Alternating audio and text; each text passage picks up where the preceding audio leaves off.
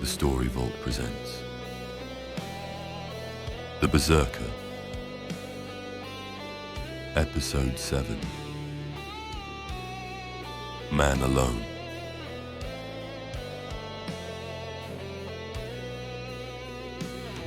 The storm had already swallowed the world. Snow came sideways, hammering the cave like a siege. Wind screamed across the ridgeline. The girl curled in the back of the cave, deep in sleep, her breath slow. The fire flickered low. The Berserker stood at the mouth of the cave, unmoving. His breath came slow and deep. The cold did not touch him. Then he stepped into the white. There were no trails, only wind and white and breath. He moved like a shadow through it, half ghost, half beast. His furs snapped in the gale. Ice crusted his beard. Snow clung to his lashes. He blinked it away without pause. He found tracks, barely, half buried under new snow. Elk, heavy, slow. It had wandered off from the herd. He bent to study the trail, then pulled from beneath his furs a long, primitive spear. Hand-carved from pine, its tip fire-hardened and blackened with soot.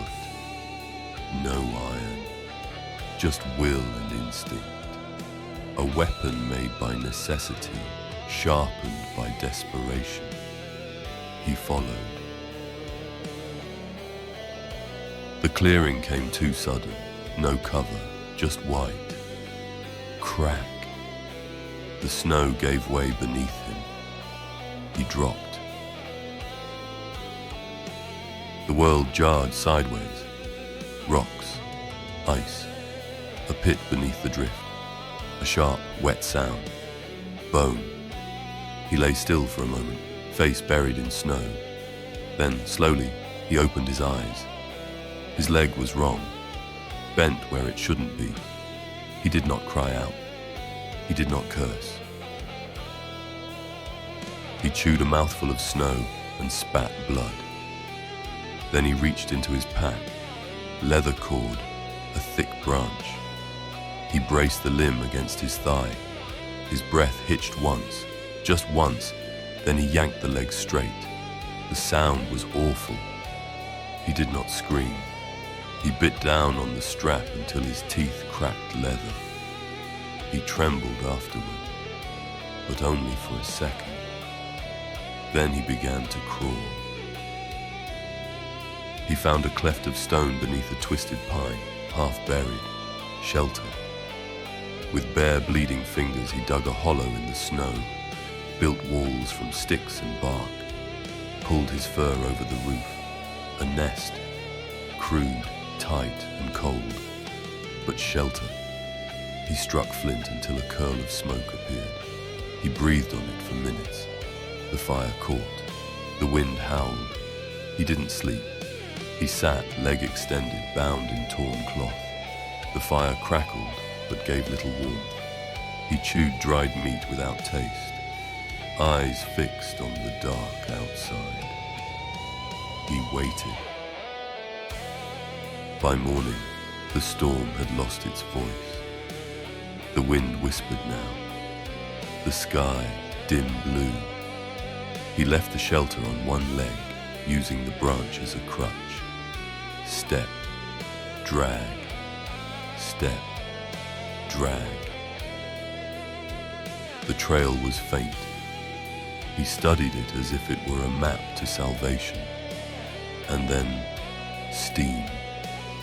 Far off. The elk was still close. He dropped to his belly, stilled his breath, and waited. 1 hour, 2, 3. Snow crusted over him. He did not move. The elk appeared like a ghost. He exhaled slowly. The spear left his hand with perfect silence. The beast collapsed. He dragged the kill behind him, step by brutal step. Blood marked his path, his own and the elk's. His face was hollowed, his eyes bright with pain, but he did not stop. By dusk, the cave returned. The girl stirred as the shadow filled the entrance. The Berserker stepped inside, dropped the elk, sat. He said nothing. The fire crackled. He stared into it. His hands, frostbitten, split and bleeding, rested on his knees. The skin peeled in places. He placed them near the flames. He did not flinch. The wind moaned beyond the stone. But here, inside the dark, the only sound was fire and breath, and the quiet strength of a man who would not die. The fire fades, the wind returns, and the world remains cold. But the Berserker walks on, and his story is far from over.